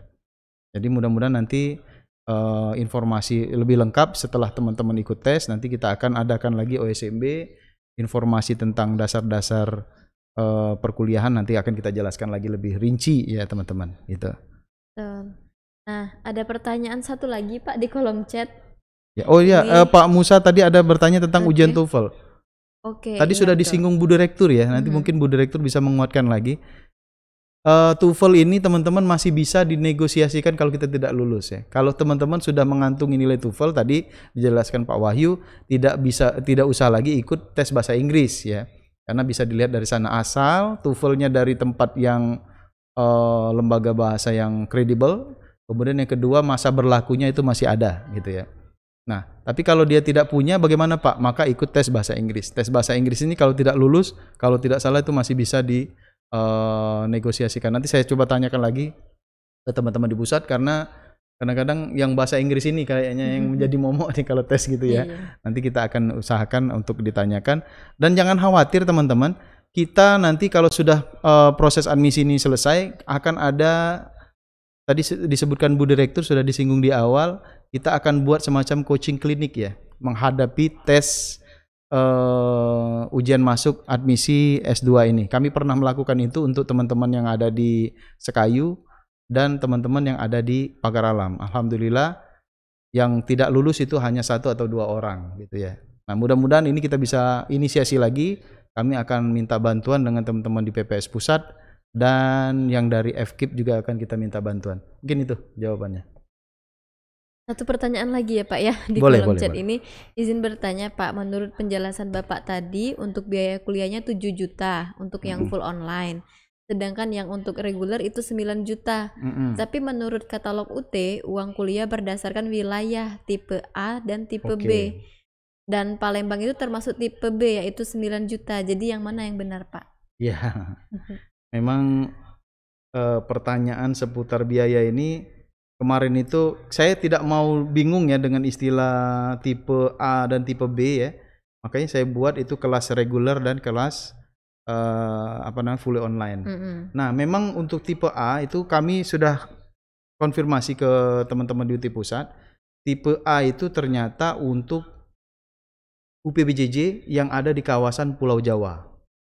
Jadi tidak ada grading ya teman-teman di sini, bukan grading yang tipe A itu layanannya lebih bagus plus gitu ya. Dan tipe B itu layanan standar, enggak. Jadi tipe A itu hanya untuk memudahkan proses pengiriman bahan ajar, mungkin seperti itu ya. Jadi yang A itu diletakkan di Jawa, kenapa lebih murah? Mungkin pengirimannya lebih mudah gitu ya. Sedangkan yang tipe B itu untuk yang di luar Pulau Jawa, Sumatera, Kalimantan, Sulawesi ya, kemudian Papua. Nah, itu termasuk dalam tipe B. Memang biayanya lebih mahal dibanding tipe A ya, karena tadi ada selisih dari biaya pengiriman bahan ajar dan lain-lain gitu kan. Nah, untuk yang tipe A memang antara reguler dengan fully online itu sama, 7.400.000-an. Namun untuk yang tipe B yang fully online 7.400.000 ya. Kemudian yang reguler 9.350.000. Memang berbeda, Bu. Tuh. Memang di katalog seperti itu. Saya memudahkan saja biar teman-teman tidak bingung. Apalagi ada tipe A, tipe B nih. Itu mungkin, Mbak. Oke, jadi seperti itu ya. Apakah sudah jelas mungkin Bu Tri? Kalau misalkan masih kurang jelas silakan resign. Mumpung kita kasih kesempatan terakhir ini ya. Karena mau sholat Jumat. Sudah jelas ya? Sudah jelas saya rasa. Oke, baik. Semua pertanyaan juga udah kita jawab. Dan maaf banget untuk yang di Facebook ya belum kita jawab karena ini pertanyaan, karena ini sosialisasi mengenai pasca sarjana. Jadi kalau untuk pertanyaan mengenai tuton, TMK dan lain itu nanti kita bisa jawab di kolom chat aja ya. Dan kita akan siapkan mungkin sesi khusus untuk jawab tentang tutorial dan betul. Sebenarnya kemarin itu sudah sempat sih Pak Stephen ya, Mbak Dita sama Kak Wahyu itu sudah sosialisasi juga mengenai gitu TMK ya? Sama tutorial gitu ya. Tapi mungkin masih ada yang ketinggalan lagi nih. Nanti kita jawab aja melalui chat atau melalui inbox ya yang ada di Facebook. Sekian ini kayaknya Pak Stephen ya, kita tutup ya. Karena mengingat waktu ini sudah lewat dari waktu yang sudah ditentukan. Dan terima kasih untuk Bapak Ibu yang sudah hadir dan sudah bertanya juga sama kita. Semoga apa yang kita sampaikan, apa yang disampaikan oleh Pak Stephen sama Pak Wahyu itu bisa bermanfaat ya. Dan Ibu Direktur juga yang tadi sudah memberikan arahan dari awal-awal sudah sangat sudah sangat lengkap juga. Semoga bisa bermanfaat untuk Bapak Ibu semuanya. Ibu Direktur apakah masih stay? Baik. Kayaknya langsung kita tutup ya Pak Stephen ya. Terima kasih untuk semuanya. Sampai berjumpa di sosialisasi selanjutnya mengenai program ini. Semoga bisa bermanfaat. Kami pamit. Wassalamualaikum warahmatullahi wabarakatuh. Waalaikumsalam. Waalaikumsalam. Ini ada Ibu. Iya, waalaikumsalam. Terima kasih. Jadi soalnya ada. Halo Bu. Alhamdulillah sudah selesai Bu.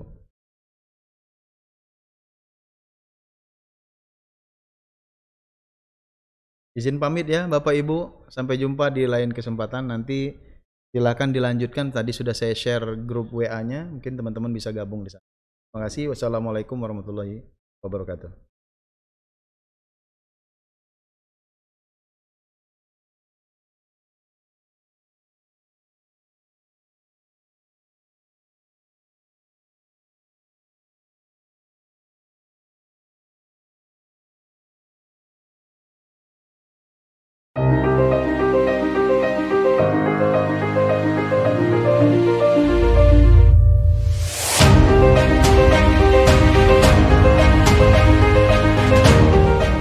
Datang di Universitas Terbuka. Kali ini aku akan mengajak kamu untuk virtual campus tour di Universitas Terbuka. Universitas Terbuka atau UT memiliki kantor pusat di Pondok Cabe, Tangerang Selatan, serta 39 unit program belajar jarak jauh atau UPBJJ yang tersebar di seluruh Indonesia.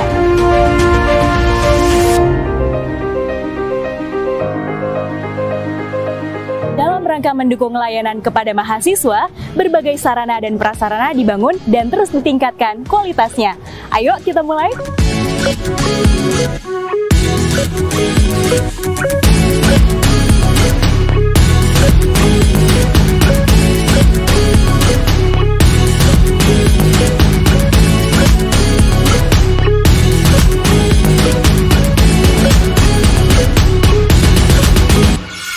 Di kantor pusat, terdapat gedung fakultas yang merupakan jantung dari pengembangan produk akademik UT.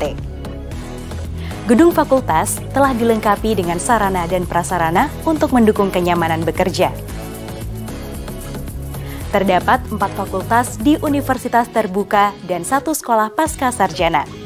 Fakultas Keguruan dan Ilmu Pendidikan, Fakultas Sains dan Teknologi, Fakultas Hukum, Ilmu Sosial dan Ilmu Politik, dan Fakultas Ekonomi, serta Sekolah Pasca Sarjana. Gedung fakultas memiliki sarana dan prasarana yang terstandar yang terdiri dari masing-masing fakultas menempati 2 lantai.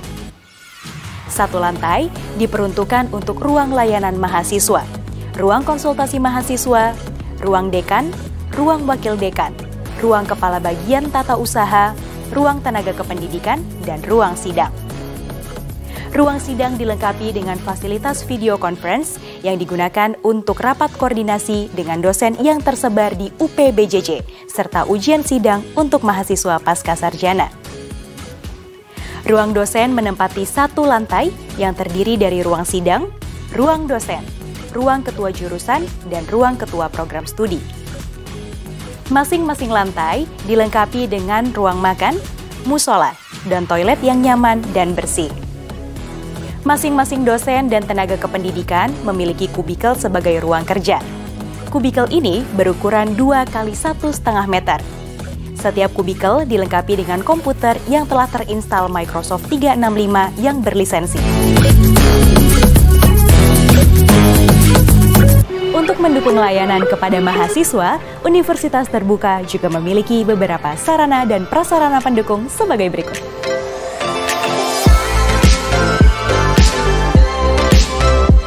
Pusat Produksi Multimedia merupakan unit pelaksana teknis yang bertugas untuk memproduksi bahan ajar. Gedung ini dilengkapi dengan peralatan produksi materi-materi dalam bentuk video dan audio. Produksi materi cetak juga diproduksi di sini dengan menggunakan peralatan dan software terkini. Pusat Layanan Bahan Ajar merupakan unit pelaksana teknis yang bertugas untuk melakukan distribusi bahan ajar. Gedung ini dilengkapi sarana dan prasarana untuk menyimpan dan pengemasan bahan ajar dan bahan ujian. Pusat Layanan Pustaka atau Puslata. UPT Puslata melayani penyediaan bahan-bahan pustaka bagi mahasiswa dan dosen. Puslata mengelola penyediaan bahan-bahan pustaka baik dalam bentuk hard copy maupun koleksi digital. koleksi digital yang dikelola melalui Perpustakaan Digital UT. Perpustakaan Digital UT menyediakan layanan akses bahan ajar melalui ruang baca virtual. Di sini juga dapat diakses berbagai sumber pembelajaran terbuka melalui Suaka UT dan sumber pustaka online lainnya seperti jurnal dan e-book. Pusat Pengujian merupakan UPT yang memiliki tugas untuk melakukan pengelolaan bahan ujian dan hasil ujian. Gedung Pusat Pengujian dilengkapi dengan sarana dan prasarana untuk melakukan pengelolaan bahan ujian. Bank Soal UT mengelola koleksi soal-soal yang digunakan untuk ujian akhir semester. Penyiapan master naskah ujian dilakukan di Bank Soal. Selanjutnya, penggandaan naskah ujian dilakukan di pusat percetakan dan kemudian didistribusikan ke seluruh Indonesia. Pusat Pengujian juga mengordinasi pelaksanaan ujian online serta pemeriksaan hasil ujian secara online. Universitas Terbuka Convention Center merupakan fasilitas yang digunakan untuk menampung pertemuan dalam jumlah besar dan pelaksanaan wisuda mahasiswa. UTCC dilengkapi fasilitas video conference yang digunakan untuk rapat koordinasi dengan UPBJJ di seluruh Indonesia. Di samping UTCC, UT juga memiliki fasilitas Wisma yang digunakan sebagai akomodasi untuk kegiatan yang mengundang pihak-pihak dari luar UT. Misalnya dalam rangka pengembangan bahan ajar, pengembangan bahan tutorial, dan pengembangan bahan ujian. UPBJJ sebagai ujung tombak layanan kepada mahasiswa dilengkapi dengan berbagai fasilitas berikut. 1. Ruang pelayanan mahasiswa. 2. Ruang sumber belajar yang dimanfaatkan oleh mahasiswa untuk mengakses berbagai sumber pembelajaran online. 3. Ruang kepala UPBJJ. 4. Ruang kerja dosen dan ruang kerja tenaga kependidikan. 5. Ruang sidang yang dilengkapi dengan fasilitas video conference yang digunakan untuk rapat koordinasi dan pelaksanaan ujian sidang. 6.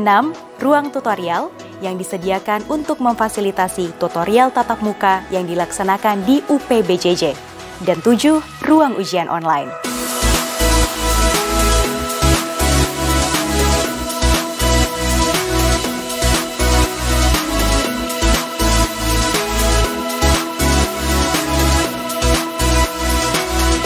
Gimana? Seru kan virtual kampus tour-nya? Terima kasih sudah mengunjungi Universitas Terbuka. Sampai jumpa. Universitas Terbuka, making higher education open to all.